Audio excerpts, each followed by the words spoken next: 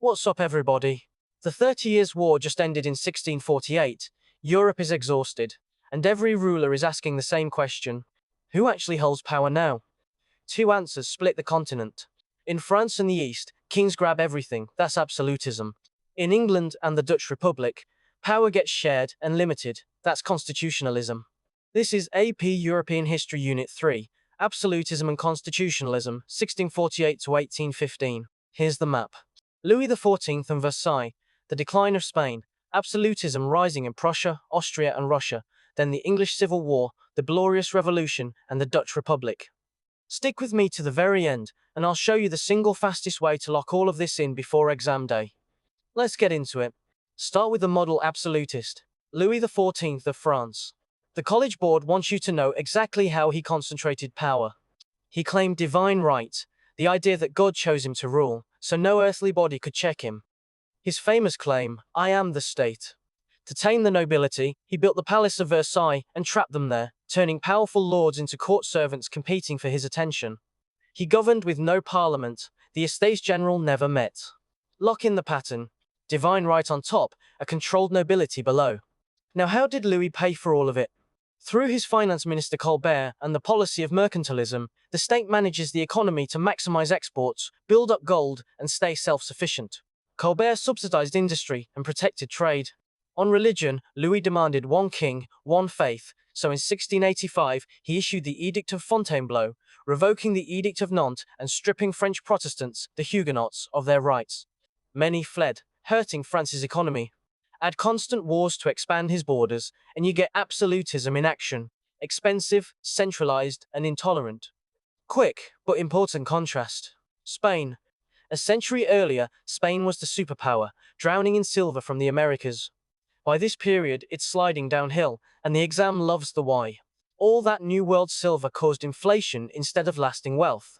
The Spanish crown overspent on endless wars and a bloated military. They expelled skilled Muslim and Jewish populations, draining talent, and never built a strong commercial economy. So Spain becomes the cautionary tale. Huge empire, weak foundations, and it gets overtaken. Keep Spain as your contrast to rising France. Now swing east, because absolutism takes a sharper, more military form here. Start with Prussia, ruled by the Hohenzollern family. The key figure is Frederick William, the Great Elector. He faced a problem: scattered territories with no natural borders. His solution: build a powerful standing army and use it to force the nobles, the Junkers, into a deal.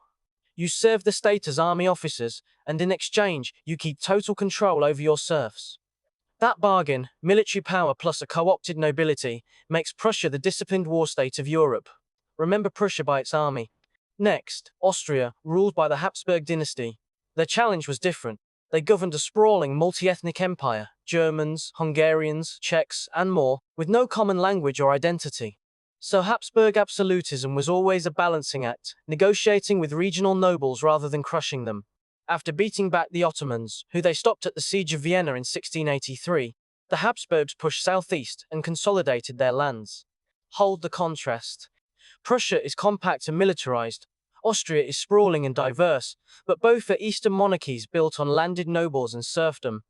Now the biggest Eastern story, Russia under Peter the Great. Peter's obsession was westernization, dragging a backward Russia up to European standards by force. He toured Western Europe in disguise, then came home and made nobles cut their beards and wear Western clothes. He reorganized the government and built a modern army and navy. His signature move, founding a brand new capital, St. Petersburg, a window to the west built on the Baltic coast at enormous human cost. Peter is your example of absolutism used as a tool for top-down modernization. Push forward to Catherine the Great, who ruled Russia later in the period. The exam frames her as an enlightened absolutist. She corresponded with Enlightenment thinkers and talked about reform and reason. But here's the catch you have to know. When a massive peasant uprising, Pugachev's rebellion, threatened her, she cracked down hard and actually expanded serfdom to keep the nobility loyal. She also grabbed huge territory, including a share in the partitions of Poland. Catherine's the lesson that enlightened ideas and harsh absolute rule could go hand in hand. Now, cross the channel for the other path, England, where absolutism gets rejected. King Charles I tried to rule like a French absolutist, raising taxes without Parliament's consent and clashing over religion. Parliament fought back, and it exploded into the English Civil War. Parliament's side, led by Oliver Cromwell and his disciplined army, won, and in 1649 they did the unthinkable. They put the king on trial and executed Charles I. Lock that date in, 1649, a sitting king beheaded by his own people. Monarchs across Europe were horrified. After the king's death, Cromwell ran England as a strict Puritan republic, but it didn't last, and Parliament invited the monarchy back. That's the Restoration. The new kings drifted toward absolutism and Catholicism again, so in 1688 Parliament pulled off the Glorious Revolution, peacefully replacing the king with William and Mary from the Dutch Republic. The price of the throne. In 1689 they signed the English Bill of Rights, which gave Parliament real power, no taxing or suspending laws without its consent. That's the birth of constitutional monarchy, a king who rules by law, not above it. Don't sleep on the Dutch Republic, the other constitutional success story. Instead of a king, the Dutch ran a decentralized republic of merchants, and in this period they hit their golden age. They dominated global trade through the Dutch East India Company, pioneered banking and the stock exchange in Amsterdam, and got rich and tolerant. Welcoming refugees, Louis pushed out. Zoom out and you see the era's other big theme. The balance of power, no single state, not even Louis's France, allowed to dominate as rivals ally to keep everyone in check. Zoom all the way out, because this is the comparison the exam will test. Same century, two opposite answers to how power should work. Road 1, Absolutism. The ruler holds all sovereignty, justified by divine right, propped up by a standing army and a co-opted nobility, think Louis, Prussia, Austria, and Russia. Road 2, Constitutionalism.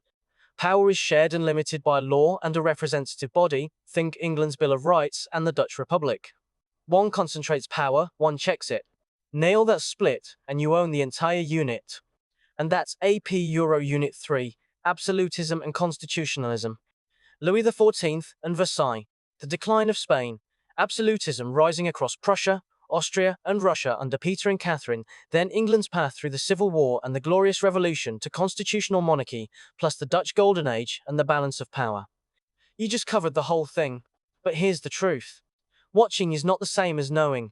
Head to AIM 5 and practice Unit 3 for free, with instant feedback on every question. Links below. Now go get that 5, and I'll see you in Unit 4.